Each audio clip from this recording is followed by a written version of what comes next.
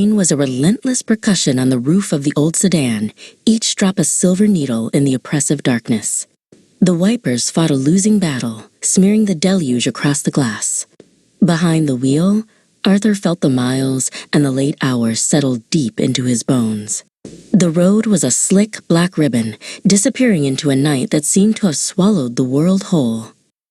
Then, a shape materialized in the sweeping glare of his headlights, a lone figure, drenched and unmoving on the shoulder of the empty highway.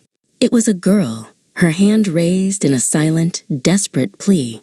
Common sense screamed at him to keep driving, to lock the doors and not look back.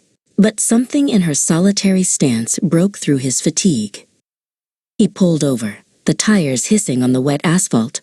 She slid into the passenger seat without a word, bringing a pocket of impossible cold into the car.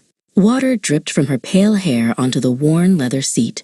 "Thank you," she whispered, her voice as faint as a distant radio signal. Her eyes seemed to hold a storm within them. She gave him an address, just a few miles down the road. An unnerving silence settled between them, broken only by the engine's hum and the storm's fury. She was shivering, a fine, constant tremor.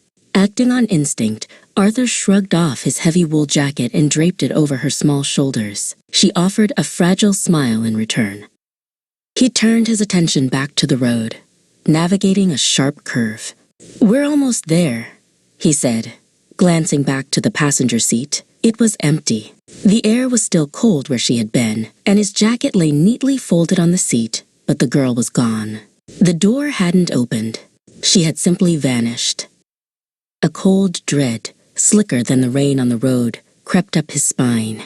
He drove the remaining mile in a fog of disbelief, pulling up to the address she'd given him. It was a small, tidy house, a single light glowing in a downstairs window like a lonely star. He walked up the path, the rain soaking through his shirt, his heart hammering against his ribs. The door was opened by an elderly man with kind, tired eyes. Arthur stammered through his story. The girl, the rain, her sudden disappearance. The old man's face didn't register surprise, only a deep, familiar sorrow. "You'd better come in," he said, his voice heavy with a grief that time had failed to heal. Inside, a woman sat by the fire, a framed photograph in her hands. "It was the girl from the road. That's our Eleanor," the old man said softly. 10 years ago tonight, she was killed in a crash on that curve. A driver found her jacket in his car, just like you." The woman looked up, her eyes glistening. "Every year, on this night," she whispered, "she tries to come home.